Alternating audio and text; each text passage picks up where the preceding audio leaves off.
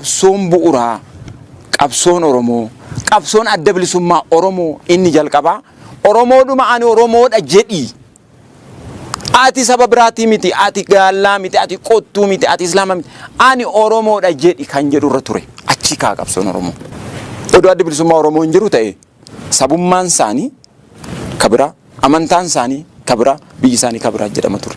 Baga gammaddan baga gammanne bagattiin isin ga'e baga walumaan nuun ga'e kabajamoo hayyuu duree adda bilisummaa Oromoo Jaal Daawud Ibsaa jaallan hoogganoota gumii sabaa adda bilisummaa Oromoo hundi keessanuu baga jiraattan qeeroo bilisummaa Oromoo walumaa gala sabboontota ilmaan Oromoo hundaaf baga yaadannoo guyyaa hundeeffama adda bilisummaa Oromoo kan bara 50ffaatiin isin ga'een isinii jaallan ni dadhabatan malee osoo danda'an warri diina keenyaatii fi farreenis adda bilisummaa Oromootii fi waboo dhabamsiisuudhaaf dhagaan isaan hin buqqaasin hin jiru shirri isaan hin xaxan hin jiru garuu addi bilisummaa Oromoodha hooggana quuqama sabaa qabaniin waan bu'uureeffameef jecha jalqabamoo isaatu akka hin diigamnetti waan jaarameef laaftu diiguun hin danda'amne.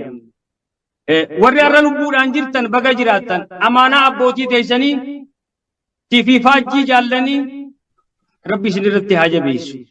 Jaallan barabaraan dhawaataan qabsoo bilisummaa Oromoo kanaaf wareegaman seenaan qabsoo bilisummaa Oromoo barabaraan isaan haa yaadatu. Qabsoon itti haafuuf jabaadhaan isiniin jaa. Dhiiga jaynoota meeqaatu irra dhangalaafame hayyuu meeqaa fi meeqaatiitu irra wareegame ifin dadhabsiisinaa humna teessanii olii abadan hin diigamu abaawoon dhiigaa lafee gootaatiin ijaarame.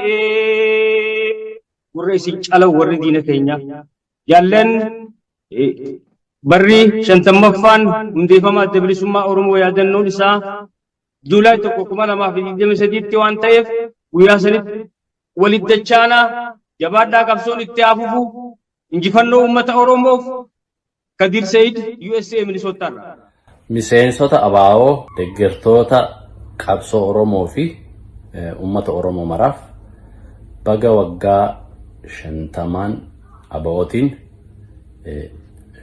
nuu gahee baay'een keessan hin beektu jechuu kooti. Osoo nutiin dhalatiin dhaaba dhalatee qabsoo Oromoo asiin gaheedha. Kana booddees hojii guddaa taasisaa hafu. Kanaan dura hojii amma guddaa baay'ee hojjetullee kana booddees amma qabsoon xumuramtutti hojii guddaa keessa eeggatudha. Hundi keenya baga nagaan nuu gahee jedha. Miseensonni dhaabaa deeggartoonni hundumti ilmaan Oromoo qabsaa'onni bilisummaa Oromoo bakkuma jirtan hundatti baga guyyaa kabajamaa kana guyyaa ulfaataa kana gammachuudhaan geenyeen isiniin jaa baga guyyaa kana geenye hedduu dhaabni kun bu'aa bahii qabsoo baay'ee rakkoolee hadhaawaa hedduu akkasuma qabsaa'onni waraannis miseensonni dhaabaa bakka jiran hundatti maqaa kanaaf alaabaa tana jiraachisanii asiin ga'uu keessatti rakkoolee hedduu bu'aa bahii hedduu keessa darbanii guyyaa kana ga'uu waan guddaadha.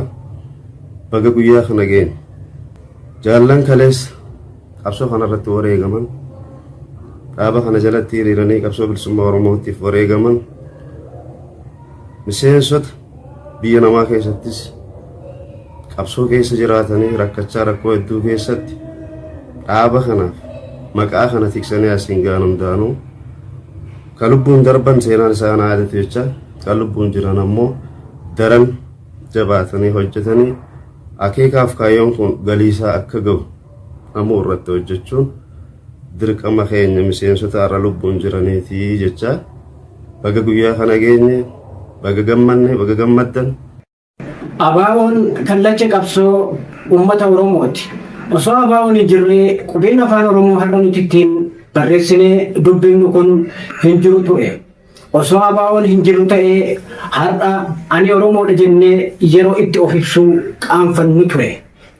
Kanaaf hawaasni Oromoo addunyaa mararra jirtan guyyaa seena qabeessa hundeeffama adda bilisummaa Oromoo waggaa 50ffaa baga nagaan geessan. Baga hundeeffama waggaa 50ffaa adda bilisummaa Oromootiin isin ga'e nu ga'een jedha. maatiin qabsaa'onni Oromoo hayyuu fi beekaa wallaala hundinuu wareegama qabsoo kanaa keessatti baaftan hundi keessanuu galanni keessan bilisummaa ta'u warra wareegamen lubbuu isaanii rabbi jannataan nuuf haa qananiisu jedha. Hayyuun Oromoo, beektonni Oromoo kaabaa kibbaa bahaadiyaa Oromiyaa callaarraa walitti dhuftanii dhaaba kana fakkaatu nu hundeessitanii ilmaan Oromoo sadarkaa har'arra jirurraan waan geessaniif galatooma.